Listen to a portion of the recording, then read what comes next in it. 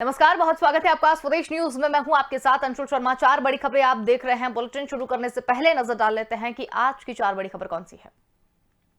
पहली बड़ी खबर हम लेंगे, जहां पर कोरोना को लेकर सीएम शिवराज सिंह चौहान ने क्राइसिस मैनेजमेंट की एक बैठक बुलाई है। सभी मंत्री, विधायक और अधिकारी इसमें शामिल होंगे। वीडियो कॉन्फ्रेंसिंग के जरिए कोविड को लेकर चर्चा होगी और कोरोना की रफ्तार जिस तरीके से बढ़ रही है, आपको बता दें कि बीते 24 घंटों में 3 मंत्री संक्रमित हो चुके हैं।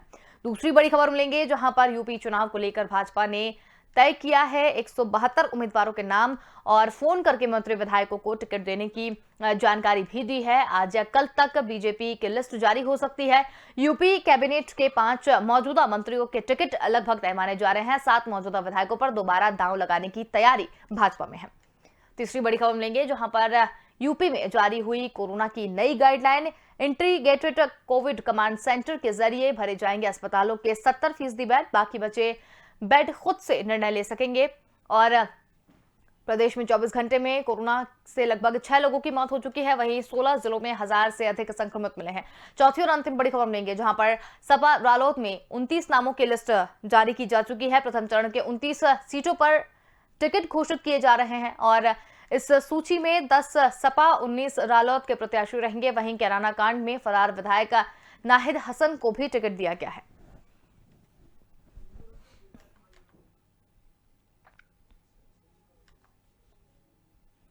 चलिए रुक करेंगे पहली बड़ी खबर की ओर, जहां पर मध्य प्रदेश में कोरोना कहर बनकर टूटने लगा है। गुरुवार को एक ही दिन में सरकार के 3 मंत्रियों की रिपोर्ट कोरोना पॉजिटिव आई है। चिकित्सा शिक्षा मंत्री विश्वास सारंग और जल संसाधन मंत्री तुलसीराम सिलावट के बाद कमल पटेल भी संक्रमित मिले हैं। इधर कांग्रेस कार्यालय में भी कांग्रेस उपाध्यक्ष चंद्रप्रभा शेखर, प्रकाश जैन और मीडिया कोऑर्डिनेटर पीयूष बबेले की रिपोर्ट पॉजिटिव आई है। कोरोना के नए वेरिएंट ओमिक्रॉन को देखते हुए भोपाल में सभी मेडिकल स्टाफ की छुट्टियां निरस्त कर दी गई हैं और इससे डॉक्टर, अधिकारी, कर्मचारी इसमें शामिल हैं।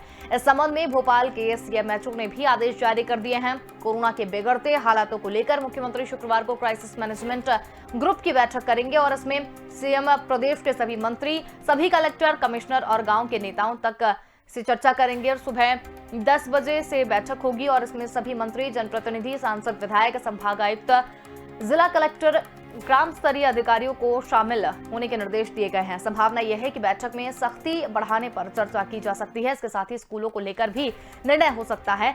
मुख्यमंत्री शिवराज सिंह चौहान क्राइसिस मैनेजमेंट की कमेटी की बैठक में भी पाबंदियों पर फैसला ले सकते हैं। सीएम ने सभी अस्पतालों से 1-1 महीने की दवाओं का स्टॉक रखने के लिए भी कहा है। तो बड़ी खबर आपको बता रहे हैं, कोरोना पर सीएम एक बार फिर से बैठक करने जा रहे हैं। ज्यादा जानकारी के लिए हमारे साथ संवाददाता दीपक द्विवेदी जुड़ गए हैं। जी दीपक, कोरोना पर सीएम की बैठक है। जिस तरीके से कोरोना के मरीज लगातार बढ़ते जा रहे हैं, किस तरीके की तैयारी की जा चुकी है? हाँ, बता दें अंशुल की प्रदेश में जो मंत्री है, 3 मंत्री प्रदेश से कोरोना पॉजिटिव पिछले 23 घंटे में पाए गए हैं और पूरे 5 मंत्री इस समय कोरोना पॉजिटिव है। वहीं एक कांग्रेस से विधायक शर्मा और बीजेपी से विधायक रामेश्वर शर्मा भी कोरोना पॉजिटिव पूर्व में हो चुके हैं। वहीं आज की बात करें तो प्रदेश में लगभग 3000 के आसपास मामले कोरोना के सामने आए हैं, जिसमें इंदौर में 1200 और भोपाल की बात करें तो 1008 मामले कोरोना के सामने आए हैं। इसको देखते हुए प्रदेश के मुख्यमंत्री शिवराज सिंह चौहान आज 10 बजे सभी जिलों के डिजास्टर मैनेजमेंट क्राइसिस कमेटी की से बैठक करेंगे और उनसे हालातों पर चर्चा करेंगे, जिसमें बड़ा निर्णय ले सकते हैं स्कूलों को लेकर। बता दें कि 1 से 8वीं तक के स्कूल में जो बच्चे जा रहे हैं, इन स्कूलों को आज से जरूर प्रतिबंध लगा दिया जाएगा और ऑनलाइन क्लास शुरू की जा सकती है। यह एक नया निर्णय आज लिया जा सकता है और मुख्यमंत्री शिवराज सिंह चौहान प्रदेश भर के सभी जिलों के क्राइसिस मैनेजमेंट के अधिकारियों से बैठक करेंगे, जिसमें जिला स्तर, विकासखंड, वार्ड, ग्राम स्तरीय समितियों की मुख्यमंत्री शिवराज सिंह चौहान बैठक करेंगे। इसमें सभी मंत्री, विधायक और ग्राम स्तरीय अधिकारी, संभाग आयुक्त, कलेक्टर सभी शामिल होंगे। उसमें पुलिस के अधिकारी भी शामिल होंगे। उन्हें अहम निर्देश दिए जाएंगे कि कोरोना को कैसे कंट्रोल करना और किस तरह से वैक्सीनेशन को बढ़ाना है और जो बूस्टर डोज है जो अधिकतर बुजुर्गों तक पहुंच जाए और जो ज्यादा उम्र के लोग पहले उनको लगाया जाए, इस पर पूरी तरह से समीक्षा होगी। अभी मंत्रियों की बात करें तो 5 मंत्री जो है फिलहाल पूरे प्रदेश में कोरोना पॉजिटिव है और लगातार कोरोना के मामले पूरे प्रदेश में सामने आ रहे हैं। बिल्कुल दीपक, लेकिन जिस तरीके से कोरोना के मामले सामने आते जा रहे हैं, बहुत ही अच्छी व्यवस्था भी सारे अस्पतालों में देखने को मिल रही है, लेकिन आईसीयू बेड और ऑक्सीजन की अगर बात करें तो उसकी व्यवस्था किस तरीके से की गई है? कितने बेड बढ़ा लिए गए हैं? और मान लीजिए कोविड की अगर लहर जो है वो अगर अपना आक्रामक रुख अगर अपनाती है तो किस तरीके से इसका सामना मध्य प्रदेश सरकार करती हुई नजर आएगी? बात है, सरकार के पास लगभग 40,000 बेड है और प्राइवेट की बात करें तो प्राइवेट में 25,000 बेड है और 8,000 और बेड आगे बढ़ाए जा सकते हैं। कुल 65,000 बेड की संख्या पूरे प्रदेश में है और अलग अलग हॉस्पिटलों में तो जिस तरह से तैयारी की जा रही है, लगातार जो जिले के प्रभारी मंत्री वो निरीक्षण भी कर रहे हैं और हॉस्पिटलों के भी निरीक्षण किए जा रहे हैं। ऑक्सीजन प्लांटों को चालू किया जा रहा है और आईसीयू बेड जो बनाए गए उनका निरीक्षण कर उनकी भी जल्द ही उद्घाटन किया जाएगा। परंतु अभी वर्तमान में बात करें तो 56,000 लगभग इस तरह के बेड जो पूरी तरह से तैयार है और इस बार जो गवर्नमेंट ने जो शासन प्रशासन कह रहे हैं कि सीधे कि किसी भी व्यक्ति को ज्यादा पैनिक होने की आवश्यकता नहीं है। डोज लगने के बाद शासन प्रशासन दावा कर रहा है कि कोरोना है और पॉजिटिव आ रहे पर असर कम देखने को मिल रहा है। लगभग 3% लोग ही सीरियस कंडीशन में जा रहे हैं और जिन्हें हॉस्पिटलाइज होने की आवश्यकता नहीं तो वे घर पे भी रहकर वे कोरोना गाइडलाइन का पालन करते हुए आइसोलेट हो सकते हैं और यदि किसी भी तरह की समस्या होती है तो शासन प्रशासन से जो हेल्पलाइन नंबर दिए गए हैं उस पर बातचीत कर सकते हैं। उन्हें घर पर ही मेडिकल किट व अन्य सामग्री मुहैया कराई जाएगी। चलिए दीपक, बहुत धन्यवाद हमारे साथ में जुड़ने के लिए और तमाम जानकारी हमारे साथ साझा करने के लिए। बड़ी खबर आपको बता रहे हैं, कोरोना पर सीएम की अहम बैठक है, सभी मंत्री विधायक और अधिकारी इसमें शामिल होंगे।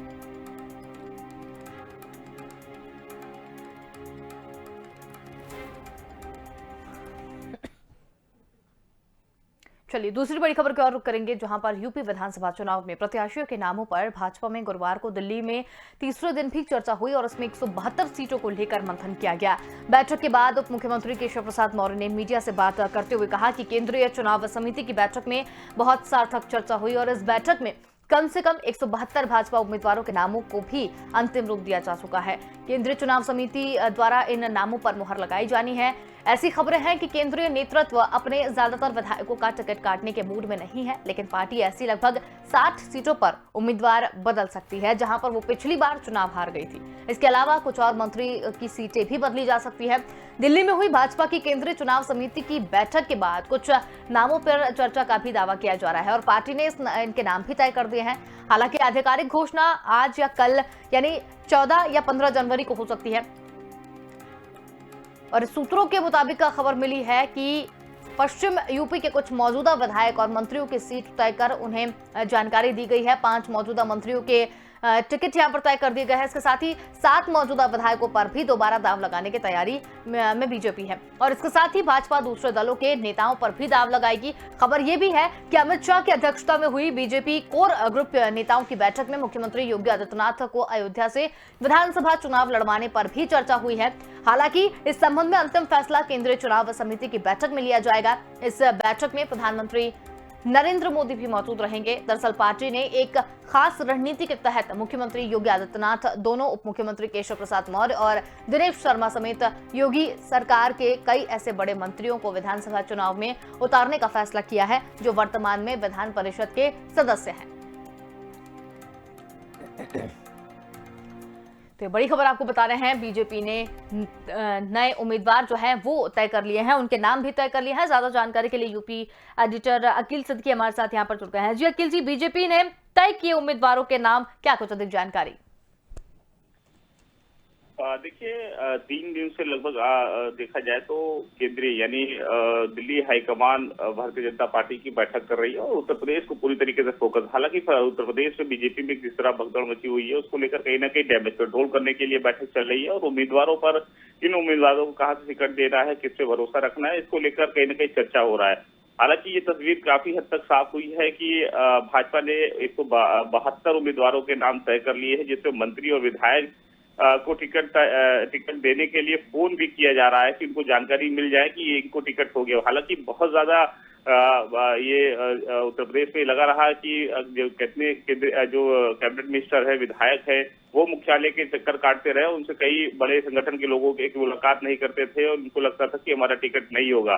तो ऐसे में बहुत तेजी से भगदड़ मची। लेकिन अब ये खबर आ रही है कि 172 उम्मीदवारों की पहली लिस्ट जारी हो सकती है भाजपा में, और उन मंत्रियों और विधायकों को फोन कर ये जानकारी दे दी गई है कि आपका टिकट हो गया है। तो ऐसे में कहीं ना कहीं डैमेज कंट्रोल करने की राह पर भाजपा चल रही है। अगर इसकी बात करें तो सबसे महत्वपूर्ण बात है कि 5 मौजूदा मंत्री के टिकट तय कर दिए गए हैं, जिसमें श्रीकांत शर्मा है, बीजेपी सूत्रों की माने तो मथुरा से है, और इसके साथ मुजफ्फरनगर से कपिल देव अग्रवाल है, गाजियाबाद से अतुल गर्ग, कैंट से आगरा कैंट से जीएस धर्मेश, और थाना भवन से सुरेश राणा।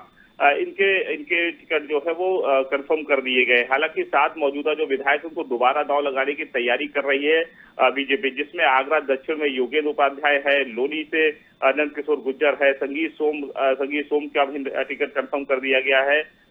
इसकी भी जानकारी मिलने से साथ साथ संदीप सिंह है, अनिल पराशर है अलीगढ़ से, वाल्मीकि अनूप प्रधान जो खैर से है, नोएडा से पंकज सिंह जो देश के रक्षा मंत्री है, राजनाथ सिंह के बेटे हैं पंकज सिंह का टिकट फिर से कंफर्म कर दिया गया है। इसके साथ साथ शामली में जितेंद्र सिंह नवल। तो अब ये जो नाम जो चर्चा का विषय बना है, इनको ये साथ जानकारी मिल गई है कि आपका टिकट कंफर्म कर दिया गया है। हालांकि अभी बीजेपी ने ऑफिशियली बयान या लिखित रूप से जारी नहीं किया गया है, लेकिन इनको जिस तरह बीजेपी में उत्तर प्रदेश में भगदड़ मची है, ऐसे लोगों को लेकर कहीं न कहीं डैमेज कंट्रोल को लेकर, और दूसरे अब अपने दल से जो है वो मौजूदा मंत्री हो या विधायक हो वो दूसरे दल में न जाए, इसलिए कहीं न कहीं टिकट बहुत जल्दी ही फाइनल करने की कोशिश बीजेपी कर रही है। हालांकि दूसरे दलों में जो नेता आए हुए हैं उन पर भी अब बीजेपी दांव लगाती नजर आ रही है। हालांकि क्योंकि जिस तरह दूसरे दल से लोग उम्मीद करके आए कि हम अगर दूसरा दल छोड़ के आए तो उनका टिकट मिलना चाहिए, तो ऐसे में कहने कि उन पर भी अब बीजेपी दांव लगा सकती है, ये भी खबर आ रही है। और दूसरी कार्यकर्ताओं को भी पार्टी अब चुनाव लड़ा सकती है, चाहे वो ओबीसी मोर्चा प्रदेश अध्यक्ष नरेश कश्यप हो, नरेंद्र कश्यप हो, उन पर भी बीजेपी दांव लगा सकती है, उनको भी टिकट उनका काफी हद तक फाइनल होता नजर आ रहा है। ऐसे में कहीं न कहीं जो पूर्व सांसद चौधरी बालू सिंह बाबूलाल रहे हैं, मेरठ दक्षिण से सुवेंद्र तोमर रहे, ऐसे इन सभी लोगों को टिकट मिलता हुआ नजर आ रहा है। लेकिन अभी कोई ऑफिशियली बयान ये लिखित नहीं आया, लेकिन चर्चा का विषय बहुत तेजी से हो गया है। हालांकि अब सबसे बड़ी बात यह है कि महत्वपूर्ण बात की योगी आदित्यनाथ का चुनाव कहां से मुख्यमंत्री मौजूदा लड़ेंगे, इसको लेकर चर्चा का विषय बना हुआ है अयोध्या से, जबकि मुख्यमंत्री गोरखपुर से आते हैं और वहां से काफी विकास उन्होंने कराया है। इसको लेकर कहीं न कहीं चर्चा का विषय है कि अगर वो अयोध्या से लड़ते हैं तो अयोध्या से अगर वो लड़ेंगे तो इसका मैसेज जाएगा, और कई आसपास के मंडलों पर भी वो प्रभाव डालेंगे, तो कई विधानसभाओं पे प्रभाव डालेंगे, तो इससे फायदा होगा। हालांकि दोनों डिप्टी सीएम चाहे वो केशव प्रसाद मौर्य हो और दिनेश शर्मा हो, इनका भी कहीं न कहीं काफी हद तक इनको अब उत्तर प्रदेश में विधानसभा चुनाव लड़ा जाएगा, जबकि ये एमएलसी विधान परिषद के सदस्य हैं, तो इन्हें भी अब बीजेपी अपने विधानसभा चुनाव लड़ाने का टिकट दे सकती है। हालांकि जिस तरह भगदड़ बीजेपी में मची है, उसको लेकर बीजेपी भी अब चाहती है कहीं न कहीं जल्द से जल्द टिकट कंफर्म कर दिए जाए, और जो दूसरे दल से आए हैं उनको ज्यादा से ज्यादा टिकट दिया जाए। ऐसे में मौजूदा मंत्रियों और मौजूदा विधायकों अगर ज्यादा कटते हैं तो वो कहीं न कहीं दूसरे दल का रुख करेंगे। तो अब ऐसे उस दौर में कैसे वो डैमेज कंट्रोल करेंगे, क्योंकि चुनाव अब कहीं न कहीं आखिरी समय पर आ चुका है, क्योंकि आज से ही नॉमिनेशन होना है पश्चिमी यूपी में। तो पश्चिमी यूपी की जो नॉमिनेशन की डेट है वो आज 15 था, तो इसलिए कहीं न कहीं अब वो कल से नॉमिनेशन शुरू हो जाएगा। तो निश्चित तौर पे बीजेपी जल्द से जल्द उस टिकटों को फिर फाइनल करेगी और डैमेज कंट्रोल को भी करते हुए नजर आ रही है। जी बिल्कुल, लेकिन जिस तरीके से अखिल जी अभी समीकरण जो हैं वो बिगड़ गए हैं, कहीं ना कहीं बीजेपी के कई जो मंत्री हैं वो इस्तीफा दे चुके हैं और सपा में भी शामिल हो गए हैं, आगे भी इस तरीके की जो चीजें हैं वो भी निकलकर सामने आने की उम्मीद जताई जा रही है। तो किस तरीके से बीजेपी इसे अब जो फैल चुका है रायता उसे समेटती हुई नजर आ रही है? देखिए, निश्चित तौर पे जो रायता फैला उसको भी समेटने की कोशिश बीजेपी कर रही है। बीजेपी ये चाहती है कहीं ना कहीं जो डैमेज कंट्रोल हुआ उसे पूरा किया जाए। हाईकमान यानी दिल्ली में खुद बैठे अमित शाह ने इसका जिम्मेदारी ली है, और लेकिन जो लोग जा चुके हैं वो अब उन्होंने साफ तस्वीर कर दी कि हम वापस नहीं आएंगे। हालांकि डेली एक ना एक मंत्री का इस्तीफा होता नजर आ रहा है। कई विधायक हैं जो विधायक भी कहीं ना कहीं इस्तीफा देते नजर आ रहे हैं, और फिर निकलने के बाद वो सरकार सत्ता को घेर रहे हैं, कटघरे में भी खड़ा कर रहे हैं। तो अब उन जो पिछड़ी वोट बैंक को लेकर कहीं न कहीं जो राजनीति हो रही थी वो कहीं न कहीं फीकी पड़ सकती है बीजेपी की। तो ऐसे में कहीं बीजेपी कैसे डैमेज कंट्रोल करेगी ये भी देखने वाली बात होगी। दूसरी महत्वपूर्ण बात है कि जिस तरह लोग 300 प्लस के जो दावे बीजेपी कर रहे थे वो कैसे पूरा करेगी जब उन्हीं के मंत्री और विधायक जब दूसरे दल में जा रहे हैं। तो ऐसे में कहीं ना कहीं अब टक्कर जो दिख रहा है वो बीजेपी और समाजवादी पार्टी के बीच में दिख रहा है। ज्यादातर लोग जो भी बीजेपी से निकले वो भी सपा में गए हैं, जो भी बसपा से निकले हैं जो विधायक मौजूदा निकाले गए, वो भी सपा का दामन थामे। तो ऐसे में कहने की सपा मजबूत होती नजर आ रही है। अब सपा कैसे अपने उन साथियों को, जो नए साथी लोग आ रहे हैं, उनको कहाँ से टिकट देगी, कहाँ उन्हें मौजूदा टिकट देके मौजूदा जो विधायक है और जो पूर्व के विधायक और मंत्री रहे उनके जो सीट रही है, वो भी कैसे अपने उन उम्मीदवारों को कैसे वो मैनेज करते हैं, ये भी देखने वाली बात होगी। लेकिन बीजेपी पूरी तरीके से फोकस अब दिल्ली हाईकमान पे किया है और दिल्ली हाईकमान में अब खुद देश के प्रधानमंत्री ये तय करेंगे टिकट को लेकर, चाहे वो मुख्यमंत्री का हो, दोनों डिप्टी सीएम का हो। इससे आखिरी मोहर उस लिस्ट पे कहीं ना कहीं पीएम मोदी की लगेगी, उसके बाद वो लिस्ट जारी होगी। डैमेज कंट्रोल को लेकर कहीं ना कहीं पूरी तरीके से भारतीय जनता पार्टी सक्रिय हो गई उत्तर प्रदेश में, क्योंकि उत्तर प्रदेश को पता है कि अगर हम उत्तर प्रदेश हार गए तो कहीं ना कहीं भी दिल्ली में खतरा होगा। बिल्कुल अखिल जी, बहुत धन्यवाद हमारे साथ जुड़ने के लिए और तमाम जानकारी हमारे साथ साझा करने के लिए।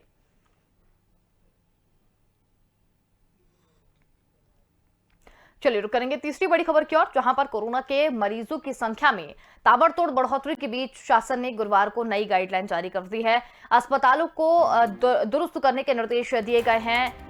नए निर्देशों में इंटीग्रेटेड कोविड कमांड सेंटर को सक्रिय करने के साथ ही कोरोना संक्रमित मरीजों को भर्ती करने की दिशा निर्देश भी जारी किए गए हैं। चिकित्सा शिक्षा विभाग के प्रमुख सचिव आलोक कुमार और चिकित्सा एवं स्वास्थ्य विभाग के अपर मुख्य सचिव अमित मोहन प्रसाद ने भी प्रदेश भर के सभी मंडलायुक्त और जिलाधिकारी को इस बाबत पत्र लिखा है और अवगत भी कराया है। इसमें कोविड अस्पताल 30% मरीज डायरेक्ट भर्ती कर सकेंगे, वहीं शेष कोविड कमांड सेंटर से बेड अलॉट होंगे।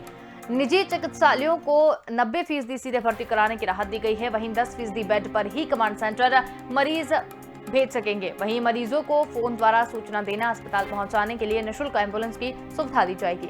इसके साथ ही प्रत्येक दिन सुबह 8 बजे और शाम 4 बजे अस्पताल में रिक्त बेडों की संख्या श्रेणीवार अस्पतालों से बाहर कर कमांड सेंटर में पोर्टल पर प्रदर्शित करना होगा और इसके अलावा मेडिकल कॉलेज और कमांड सेंटर में समन्वय स्थापित करने के लिए रोटेशन के आधार पर चिकित्सा शिक्षा विभाग से एक नोडल अधिकारी की नियुक्ति की जाएगी और सभी अस्पतालों के लिए जिला प्रशासन का एक अधिकारी भी बतौर नोडल अधिकारी मॉनिटरिंग करेगा और अस्पताल निर्धारित दरों से ज्यादा शुल्क लेगा, उसके खिलाफ महामारी एक्ट के अनुसार आवश्यक कार्रवाई की जाएगी। ये सभी निर्देश दिए गए हैं। वहीं यूपी में कोरोना संक्रमण के साथ ही अब से मरने वालों की संख्या में भी लगातार इजाफा हो रहा है। 24 घंटे में प्रदेश के कोरोना से 6 मौतें हुई हैं और 14,765 नए संक्रमित पाए गए हैं। कोरोना की रफ्तार का अंदाजा इस बात से लगाया जा सकता है कि जहां एक दिन पहले प्रदेश के 12 जनपद में कोरोना के सक्रिय केसों की संख्या 1000 से अधिक थी, वहीं आज 16 जिलों में 1000 से ज्यादा एक्टिव केस हो चुके हैं। तो बड़ी खबर आपको बता रहे हैं, यूपी में कोरोना की नई गाइडलाइन जारी कर दी गई है।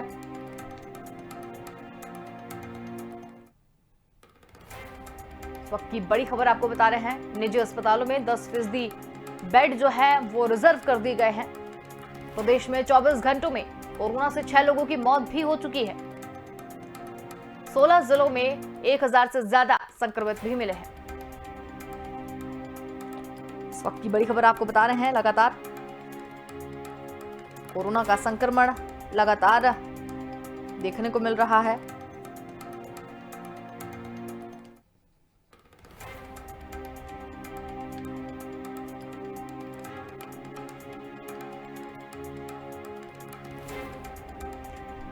इंटीग्रेटेड कोविड कमांड सेंटर भी बना दिया गया है। बाकी बचे बेड पर खुद से निर्णय ले सकेंगे अस्पताल। निजी अस्पतालों में 10% बेड रिजर्व भी कर दी गए हैं। ज्यादा जानकारी के लिए लखनऊ संवाददाता पवन कुमार हमारे साथ यहां पर जुड़ गए हैं। जी पवन, यूपी में कोरोना की नई गाइडलाइन जो है वो जारी कर दी गई है, क्या कुछ अधिक जानकारी?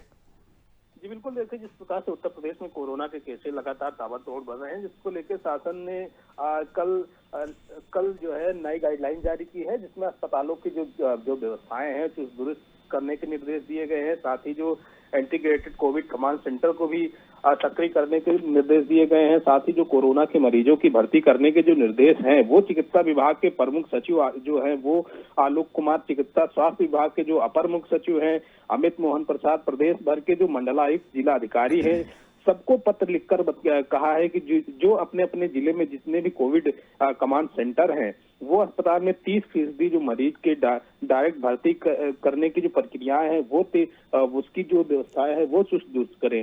साथ ही जो निजी अस्पताल है वो 90% सीधे भर्ती करने की राहत देने की बात कही है। तो कहीं 10% बेड पर कमांड सेंटर मरीज भेज सकेंगे। तो और भी ऐसी जो तमाम व्यवस्थाएं हैं, चाहे वो फोन द्वारा सूचना हो चाहे अस्पताल पहुंचाने की निःशुल्क एम्बुलेंस हो। तो इसको लेके तमाम जो व्यवस्थाएं हैं वो स्वास्थ्य विभाग की तरफ से निर्देशित किए गए हैं कि अगर कहीं भी किसी भी क्षेत्र में कोविड जैसे तमाम जो केसेस निकल रहे हैं उसको तुरंत सुविधा प्रदान की जाए। साथ ही जो दिन सुबह 8 बजे से लेकर शाम 4 बजे तक जो भी अस्पताल में रिक्त बेड की संख्या है वो श्रेणीवार अस्पताल के बाहर कमांड सेंटर में पोर्टल में प्रदर्शित करेंगे। जो जितनी भी सुविधाएं हैं वो अपने जो जिस हॉस्पिटल का जो पोर्टल होगा उस पे जो है वो टेस्ट करेंगे, उसकी जानकारी उस पे देंगे। इसी के साथ ही जो 24 घंटे में कोरोना की जो 6 मौतें हुई हैं 16 जिलों में, 1000 से और लगभग 1000 से अधिक जो संक्रमित लोग मिले हैं। लखनऊ में दूसरे दिन भी लगभग 2000 से ज्यादा केसेस मिले हैं। उत्तर प्रदेश में 24 घंटे में कोरोना से 6 मौतें भी हो चुकी। तो कहीं ना कहीं जो 14,000 से ज्यादा नए केसेस उत्तर प्रदेश में आए, तो इसको लेकर कहीं ना कहीं उत्तर प्रदेश स्वास्थ्य विभाग पूरी तरीके से सक्रिय है और जिलों के जो डीएम है, स्वास्थ्य विभाग की टीमें हैं, सबको निर्देशित भी कर रहे हैं। जी चलिए, बहुत धन्यवाद पवन, हमारे साथ जुड़ने के लिए और तमाम जानकारी हमारे साथ साझा करने के लिए।